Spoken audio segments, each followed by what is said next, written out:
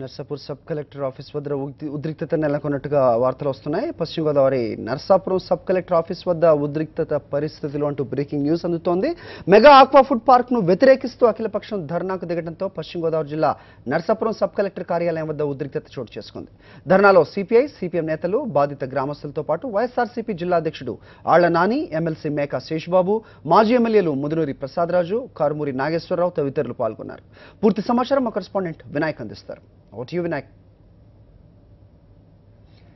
Vinayak, Narsapuram sub collector office వద్ద ఉద్రిక్త పరిస్థితులు నెలకొన్నట్టుగా సమాచారం అందుతోంది. ఆక్వా ఫుడ్ కి వ్యతిరేకంగా అఖిల పక్షాలు కలిసి ధర్నాకు దిగినట్టుగా తెలుస్తోంది. పరిస్థితి ఏంటి అక్కడ?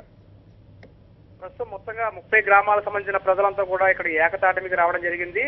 2 రోజుల క్రితమే ఈ ఉద్యమకారులు ఎవరైతే అరెస్ట్ చేయబడ్డారో 2 నెలల బట్టి అరెస్ట్ చేయబడిన ఉద్యమకారులు 7గురిని కూడా ఇప్పటికే 2 రోజుల క్రితం బెయిల్ మీద విడుదల చేయడం జరిగింది. ఈ నేపథ్యంలోనే వారంతా కూడా అఖిలపక్షం ఆధ్వర్యంలో పెద్ద ఎత్తున ఇక్కడ సబ్ కలెక్టర్ కార్యాలయం వద్ద ధర్నాకు దిగడం జరిగింది.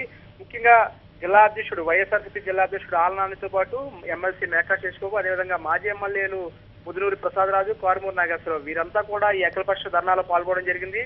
ముఖ్యంగా ఈ మెగా ఆక్వా ఫుడ్ పార్కును ఇక్కడి నుంచి తరలించడంతో పాటు సముద్ర తీర ప్రాంతానికి తరలించాలి. అదేవిధంగా 144 సెక్షన్ ఎవరైతే ఈ గ్రామాల్లో 144 సెక్షన్ రెవెన్యూ అధికారులు ప్రవేశపెట్టడం జరిగిందో వెంటనే ఆ 144 సెక్షన్ వెంటనే ఇక్కడ నుంచి కూడా ఎత్తివేయాలి. అదేవిధంగా అక్రమ కేసులు ఉద్యమకారుల మీద బనాయించడం జరిగింది. ఆ అక్రమ కేసులు అన్నింటినీ కూడా వెంటనే తొలగించాలంటూ కూడా డిమాండ్ వినిపించడం జరిగింది వైఎస్ఆర్సీపీ తరఫు నుంచి జిల్లా అధ్యక్షుడు.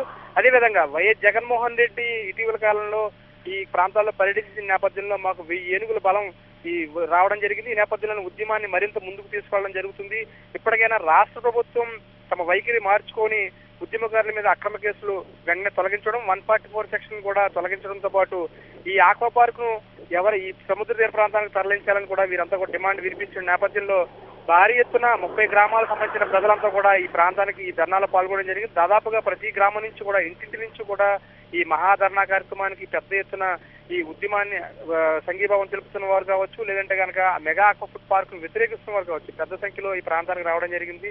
మొత్తం సబ్ కలెక్టర్ కార్యాలయం ప్రాంగణం అంతా కూడా పూర్తి స్థాయిలో ఉద్యమకారులు అదేవిధంగా సంఘీభావం తెలుపు వారితో నిండిపోయిందని మనం చెప్పుకోవచ్చు. మొత్తంగా వీరంతా డిమాండ్ వినిపించింది. ప్రస్తుతం ఉన్న ఆక్వా పార్క్ నిర్మాణాన్ని వెంటనే ఆపు చేయాలి. ఎప్పటి వరకు రాష్ట్ర ప్రభుత్వం ఏమాత్రం కూడా పట్టించుకోకుండా ఆక్వా పార్క్ నిర్మాణాన్ని వేగవంతం చేయడానికి ప్రయత్నం చేస్తుంది. అదేవిధంగా నరసాపురం అదేవిధంగా భీమవరం సంబంధించిన ఎమ్మెల్యేలు ఈ ప్రాంతానికి ఈ ప్రాంతానికి వచ్చి ప్రజల మనోభావాలు తెలుసుకోవాలని పూర్తిగా విఫలమయ్యారు. ప్రజల యొక్క మనోభావాలను ఏమాత్రం పట్టించుకునే నేపథ్యంలో వారిద్దరికి కూడా మేము వచ్చే ఎన్నికల్లో బుద్ధి చెప్తాము.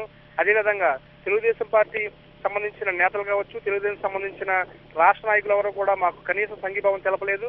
ఈ నేపథ్యంలో మేము పూర్తి స్థాయిలో అఖిలపక్షం ఆధ్వర్యంలో ఉద్యమాన్ని మరింత ముందుకు తీసుకెళ్తామని కూడా ఇక్కడ నేతలు స్పష్టం చేయడం జరిగింది. ఇందులో సిపిఎం అదేవిధంగా సిపిఐ నాయకులతో పాటు జనసేనకు సంబంధించిన కొంతమంది కార్యకర్తలు కూడా పాల్గొనడం జరిగింది.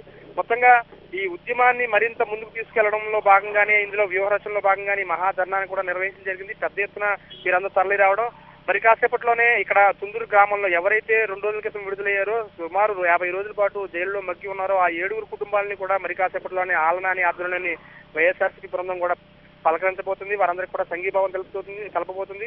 ముఖ్యంగా ఇక్కడ వైఎస్ జగన్మోహన్ రెడ్డి చెప్పిన మాటలను కూడా వారు చెప్పడం జరుగుతుంది. ఇక్కడ ఈ ప్రాంత యొక్క ప్రజల యొక్క మనోభావాలకు అనుగుణంగానే వైఎస్ఆర్సీపీ కూడా ముందుకు వెళ్తుంది. ప్రజల యొక్క మనోభావాలకు అనుగుణంగానే మేము ముందుకు వెళ్తాము. అలాగని మేము ఎటువంటి అభివృద్ధికి కానీ ఆటంకం కాదు, అలాగే ఫ్యాక్టరీ కూడా మేము నిర్మాణానికి కూడా మేము వ్యతిరేకం కాదు. కానీ ప్రజల మనోభావాలను అర్థం చేసుకుని కాలుష్యకారకంగా భావిస్తున్నారు. నేపథ్యంలోనే తీర ప్రాంతం